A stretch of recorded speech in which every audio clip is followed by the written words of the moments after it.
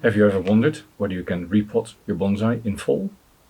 This is the video that shows you whether you can or cannot repot bonsai in fall. And I can hear you think now, repot in fall? Why would you do that?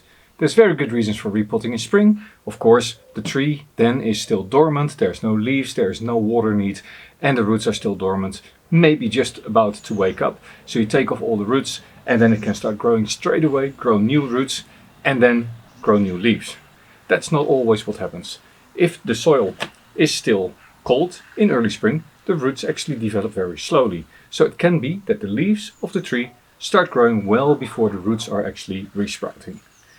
In fall, on the other hand, the whole canopy is active. It's producing sugars, it is pushing, and at the same time the leaves are slowly moving all the resources into the trunk and into the roots. So this is a time that the tree is actively growing roots. You will see, once I pull these out of the pot, lots and lots of actively growing roots. And that is what we're using by repotting after the middle of summer, before late fall. And no, this is not going to be a gentle repot. I'm going to do actual root work. And for this video, I am using a Trident Maple and a Japanese Maple of the variety Katsura. Both of these I'm growing out to become a big bonsai. It is now the middle of September, summer is slowing down, weather is cooling off, and the nights are getting moist. Slowly I see the leaves on my maples starting to turn color, and this is an ideal time, in my view, to repot some of our bonsai. And no, this is not a gentle repot, this is one with proper root work. If we now take this Trident Maple out of its pot, one thing you will notice, the pot is filled with actively growing root tips. This is a good sign, because that means that if I now prune back the roots, very quickly the roots will recover and they will start growing again. This is also what in springtime tells you, yeah, the roots have woken up, I can start working on this tree. It is now still warm enough for the tree to really quickly respond. I'm not going to prune any of the foliage, because the foliage is what actually drives the new root production. Let's clear this Katsura out of the way and get to the repotting. Clumsy thing. I'm actually going to repot it back into that pot. If you hear some noise in the background, that's correct.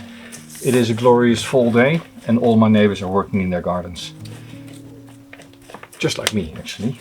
But that means they use heavy machinery. Somehow here in Germany people can't do anything without noisy equipment, and you might hear that in the background.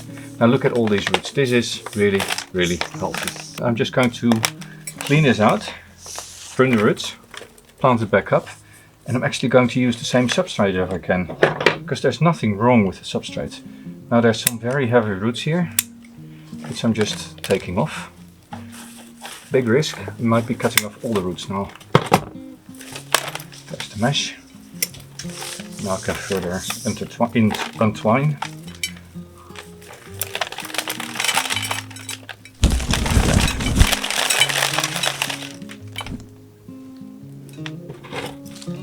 Let's get that beard off. And I'm aiming to get nice roots all around the trunk. So that means if I see very big roots going off, those are the ones that I'm cutting off. There we go.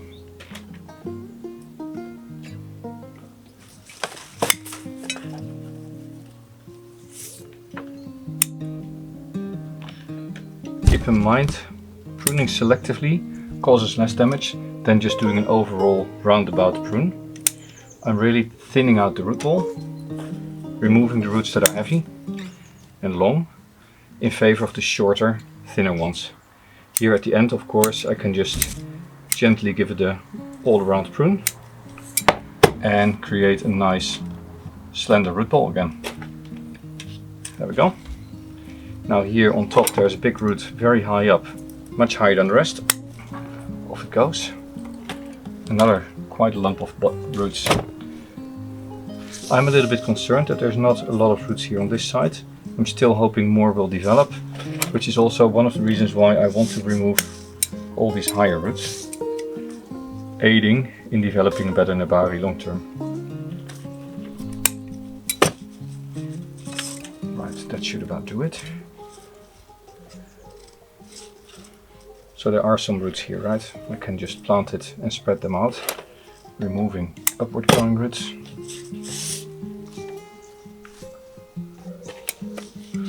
Not liking this one. There we go.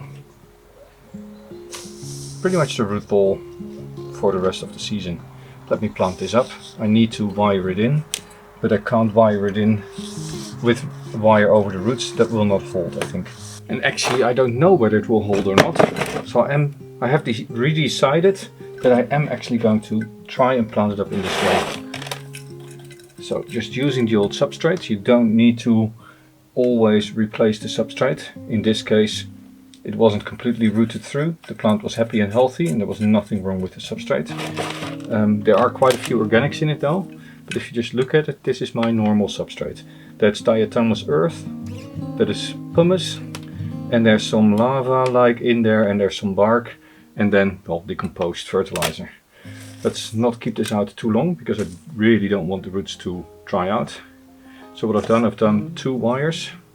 Now I just need to figure out how I'm going to use both of these in a sensible manner.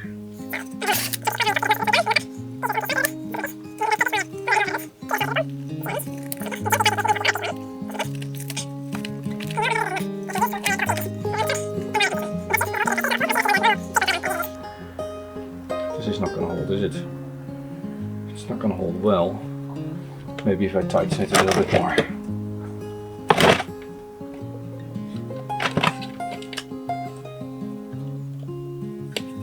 You see, I should never have done an experimental tie down on video, but that's what you get with me. All the tips, all the tricks, all the mistakes and the experiments. This is a complete mess up, sorry about this guys. Now I do know what does work and I'll show you. Basically you start just like normal with the wire that you prepare for a pot. You pre-bend it for the holes, like this, and you push it through. So far it's all normal. Then, in this case I'm just going to push the webbing over it. That prevents substrate from falling through. Once I've done this, I'm going to bend this wire in a circle. Or in similar shape. And now I'm just bending it all the way down onto the pot bottom. This way I'm creating an anchor in the pot. Now this wire stands up by itself. I can now take substrate again, and as before, fill the pot. Put the tree in the position where I want it. And now I can just gently wire the tree in the pot. And now it stays in the pot.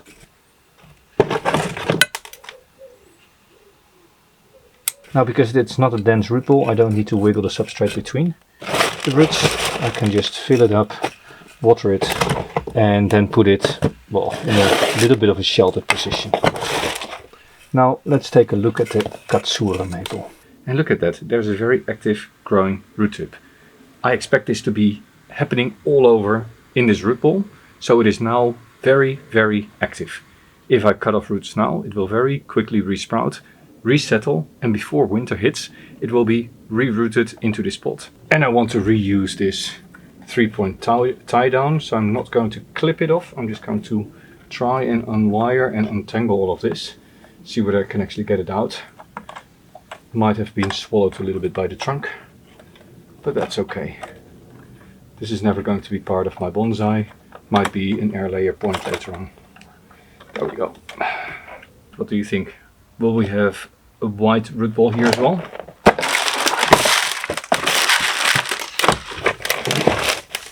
And this is what I mean with a healthy root ball in the end of summer. Can now just peel this apart, take the mesh out and replant it. Well, actually prune the roots and replant it.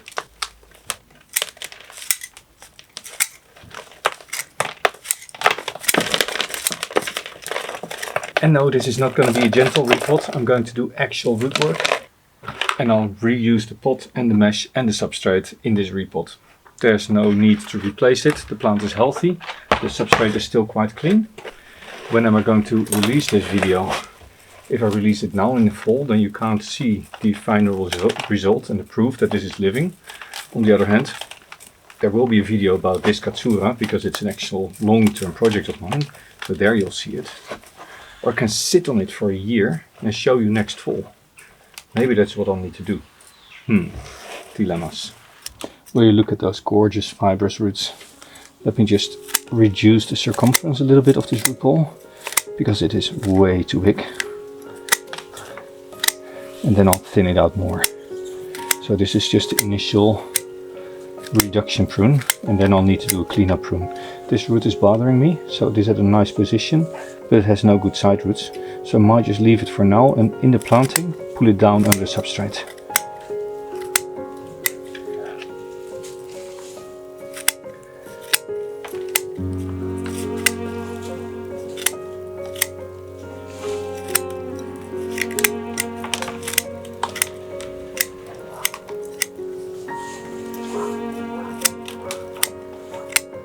There we go.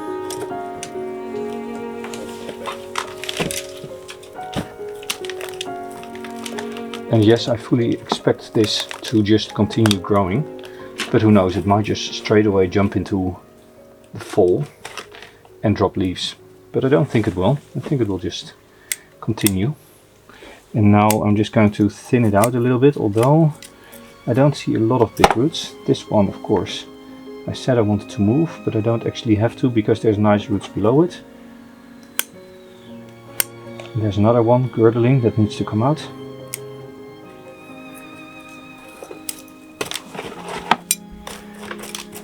Always important to have the edge quite open so that new roots can more easily penetrate the substrate.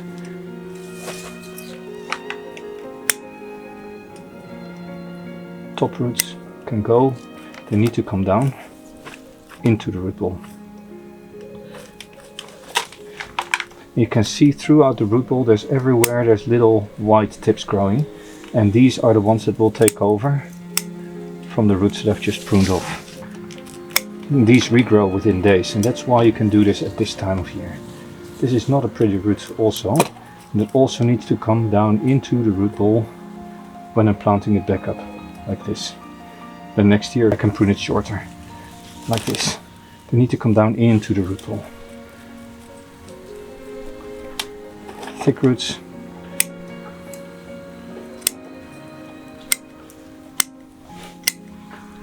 There we go. Quite flat, nice and shallow. Most of the older roots are gone, and now it can grow again in this container for a year.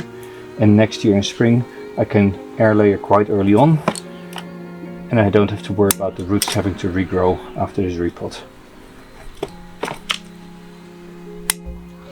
Let's not waste any thoughts about repotting it or replanting it back into the substrate that it came from, because the plant was healthy and the substrate was clean. Let's not plant our tools, let's clean that.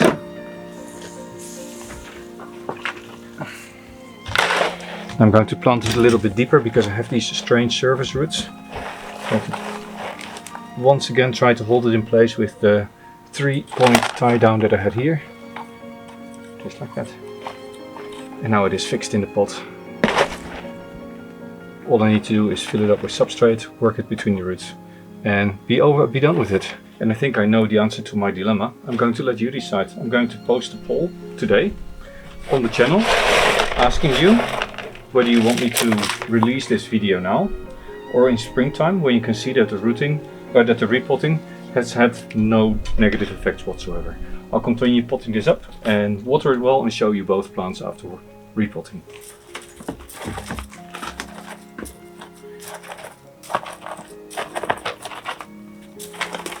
In contrast to the Trident, here I do need to work the substrate in between the roots to make sure that the young roots straight away go into the fresh open substrate. Here there's a hollow, I might need to add a bit of substrate. Just a little shout out to my friends at Bobcat Bonsai. They made this tool for me. There's a nice little video about it and I'll link to it at the end of this video, and in the description you will find out where you can find these tools. You can order these, they are made, custom made. If you're in the US, probably a very, very good option. Now, it has been watered. The Trident has been watered. As said, they now go back onto their original spot, where I protected a little bit for direct sun and a lot of wind. But that at the moment is not an issue, because here fall has started. The nights are humid.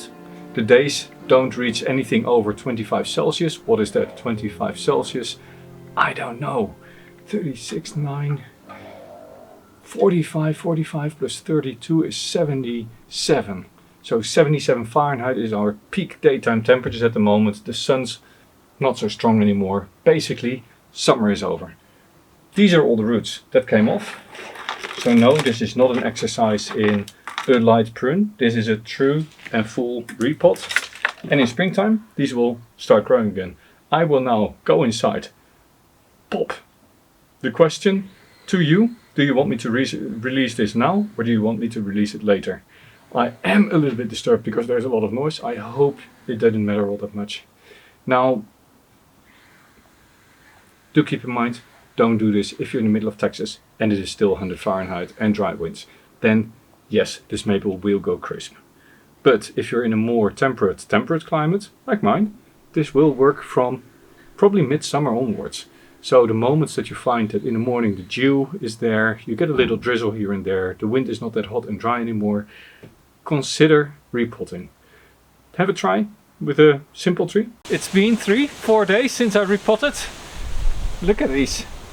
They're quite happy. And yeah, protecting against the wind, that's not so easy when there's actually a storm passing through.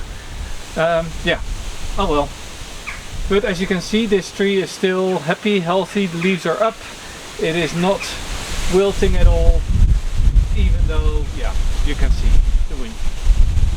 And even though all my pots are blowing around, also this little Trident, still quite happy.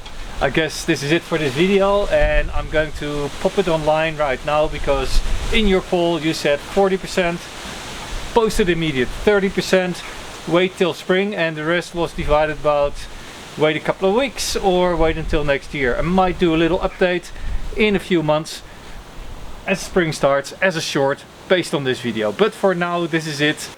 This was Jelle, growing bonsai. See you next time. I'm off, going to repot a few more trees. The weather's perfect for it.